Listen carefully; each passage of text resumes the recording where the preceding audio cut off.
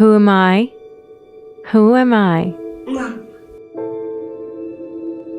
We're just a regular family, a regular Russian family. We waited for Kirusha, we planned for him. He was born after our wedding, but we came up with his name when we were still dating. He was born a healthy child, nobody told us that something was wrong. We scheduled regular checkups with a neurologist, he was developing according to plan, and his grandmothers didn't notice anything out of the ordinary. At the age of 11 months, he got sick. We checked him into the infectious diseases hospital. They gave him antibiotic shots in the morning when he was still tired. It was really stressful. We checked him out of the hospital and his doctor insisted on a vaccine within the next 2 weeks. I kept asking for a delay. 2 weeks later, the doctor convinced us that everything was all right. It was an imported vaccine and we had to use it while it was available to prevent 4 viruses: measles, parotitis, rubella, and a liquid to prevent poliomyelitis.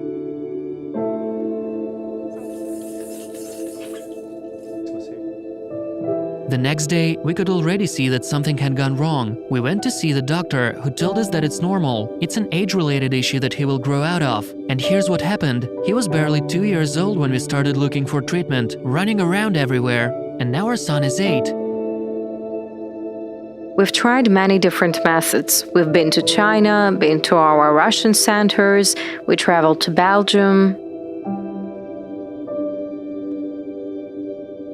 Here are all our documents, past treatments, receipts. I take pictures of all our receipts and then post them on our Instagram page. I make posts, for example, to show our expenses. When he turned 1, he could say "Dad." Yeah, he could walk. He was starting to walk. We even have some old videos where he's walking. Physically, he was developing properly. At 11 months, he was already running. And the next day, he started walking on tiptoes, shaking his arms. He was walking so well, but after the vaccine, he started walking on tiptoes. He lost all his sounds, although he could once pronounce every sound. I had no idea that this could happen because of a vaccine. I thought vaccines provided protection. That's why kids got vaccinated. All of us got vaccines, and I never knew that this could happen. I only learned about this later from a psychiatrist at a state hospital. She asked how this condition developed when it started going wrong. She explained that vaccines often lead to such results. We could go somewhere to file a complaint, but where would we go? Who can we blame? These days, people are being forced to get vaccines, otherwise their kids are not accepted to school or daycare. I've run into this issue before. Before he was granted an official disability status, he was diagnosed with child autism. That's his official diagnosis. The main problem is that he can't communicate. He doesn't understand. He hears things, but not like us. So he doesn't hear every frequency. We're like foreigners to him. Last year, I wrote over 400 letters to different fonts, but only one of them replied to us. And on the platform, it took me half an hour to create a page for Kirill. We launched our funding campaign. On Sunday, I started writing to fonts. I wrote 40 letters and I already received a few rejections. And in the morning, Alex wrote to me saying that the campaign was successfully completed.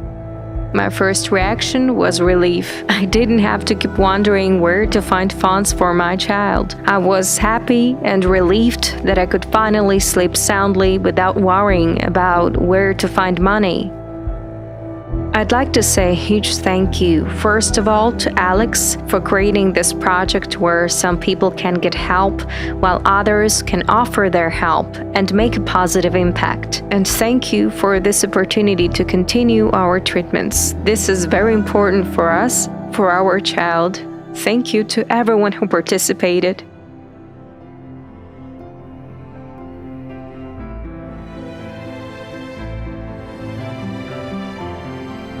Thank you for the opportunity to continue treating our child. This is so important for us. We'd like to change his life, to allow him to live a full life. And thanks to you, we'll be able to help him. Many thanks to all of you.